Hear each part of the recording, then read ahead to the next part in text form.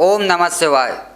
स्वागत है true media ज्योतिष विज्ञान के सभी दर्शकों का। हम आज बात कर रहे हैं भगवान शिव के अश्रुओं से पैदा हुए एक चमत्कारी शक्ति का, एक चमत्कारी औषधि का, एक चमत्कारी वृक्ष के बीज का, वृक्ष के फल का, जिसको कहते हैं रुद्राक्ष। रुद्राक्ष जो है भगवान सदाशिव का आशीर्वाद ही माना जाता है। जहाँ रुद्राक्ष है वहाँ भगवान शिव का ही रूप है। वह भगवान शिव ही उस रुद्राक्ष में विराजमान हैं, ऐसा माना जाता है। और यह ऐसा माना आज या 150 सालों से नहीं है। यह तो रुद्राक्ष जब से इस मनुष्य के लिए पूजनीय रहा है, जब से मनुष्य ने, हम मनुष्यों ने जब से संसार को पहचानना शुरू करा था, प्राचीन काल से रुद्राक्ष जो है मनुष्य के लिए चमत्कारी लाभ देता रहा है। तो आइए आज हम बात करते हैं एक ऐसे रुद्राक्ष और रुद्राक्ष की माला का। इस रुद्राक्ष का नाम है दो मुखी रुद्राक्ष। वैसे रुद्राक्ष 1 से लेकर 21 मुखी तक पाया जाता है, पर दो मुखी रुद्राक्ष भगवान शिव और माँ शक्ति का संगम रूप माना जाता है। दो मुखी रुद्राक्ष जो है वह अर्धनारीश्वर, भगवान शिव का जो अर्धनारीश्वर रूप है, जिसमें कि स्त्री और पुरुष दोनों की शक्तियाँ एक समान हैं, वह रूप दो मुखी रुद्राक्ष का भगवान शिव का माना जाता है। दो मुखी रुद्राक्ष की माला और रुद्राक्ष कब धारण करना चाहिए? जब आप घोर भयंकर आर्थिक संकटों से गुजर रहे हैं, आप धन के घोर संकट से गुजर रहे हैं, जब आप कर्ज जैसे भयंकर दोष से गुजर रहे हैं, आपके मस्तिष्क की कल्पना शक्ति, आपके निर्णय लेने की शक्ति, आपके अंदर कार्य करने की शक्ति और यह ऊर्जा जो है कम होती जा रही है। आप समाज में तरक्की करने के लिए समाज की गति के अनुसार आप पिछड़ रहे हैं। दो मुखी रुद्राक्ष की माला धारण जब करनी चाहिए जब आपके बनते हुए कार्य बनना तो दूर, किनारे पर पहुंचने से पहले ही बिखर जा रहे हों। तो दो मुखी रुद्राक्ष की माला ऐसे समय धारण करने से आपके जो यह समस्याएं थीं वह समाप्त होने लगती हैं, क्योंकि हमारा शरीर भी दो हिस्सों से ही बना हुआ है। प्रत्येक मनुष्य के सीधा जो हिस्सा होता है वह शिव का रूप कहा जाता है, और जो बायां हिस्सा होता है जिसमें कि दिल होता है, यह हिस्सा स्त्री का रूप अर्थात शक्ति का रूप कहा जाता है।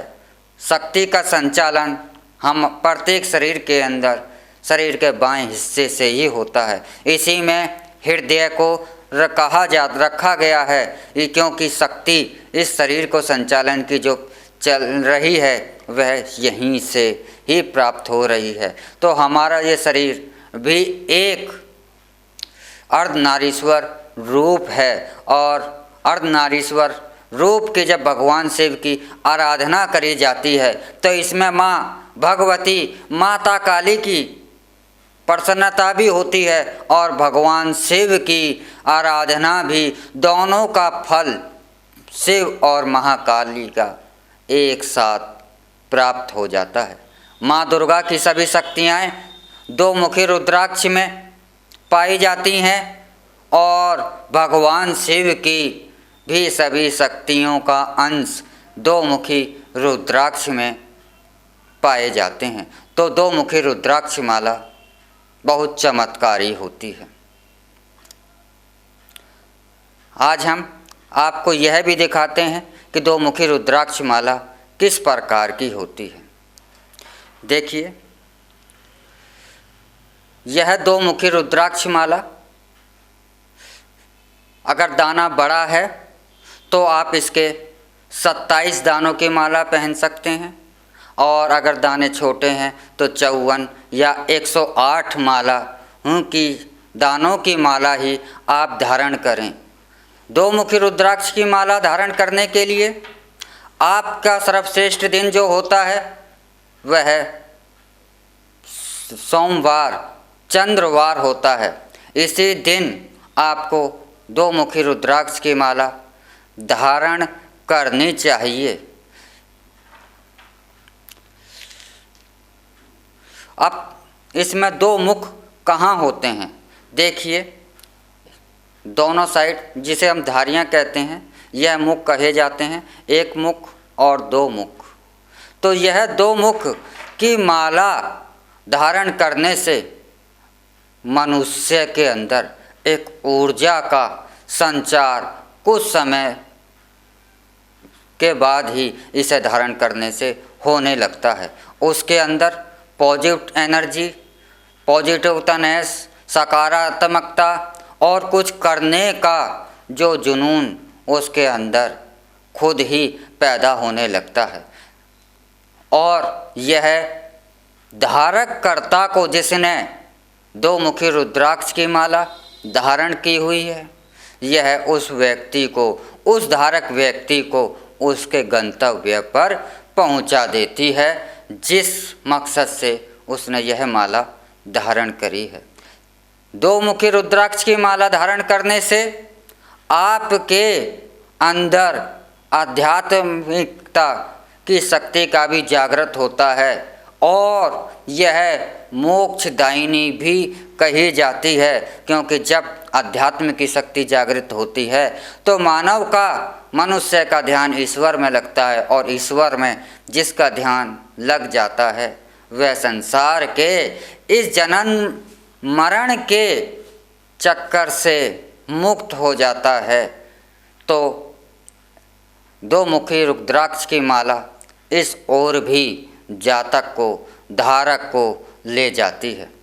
तो आप जीवन के इन समस्याओं से गुजर रहे हैं, आप जीवन को कोई नई दिशा देना चाहते हैं, तो दो मुखी रुद्राक्ष की माला आप अवश्य ही धारण करें। इसे कैसे धारण करना है, पूरी धारण करने की विधि आप हमारे कमेंट बॉक्स में जाकर प्राप्त कर सकते हैं। आप किसी रत्न के विषय में, आप किसी रुद्राक्ष के विषय में और भी कुछ जानकारियाँ चाहते हैं तो आप अवश्य ही कमेंट बॉक्स में जाकर लिखें। हम अपने अगले एपिसोडों में आपके जानकारियों पर सूचना, हम अपने अगले एपिसोडों में इस विषय में आपको जानकारी देंगे। इसी के साथ आपसे इजाज़त दीजिए। अगले एपिसोड में हम आपसे फिर मिलेंगे एक नए विषय के साथ, एक नई जानकारी के साथ। तब तक ओम नमः शिवाय। भगवान भोलेनाथ सबका मंगल करें।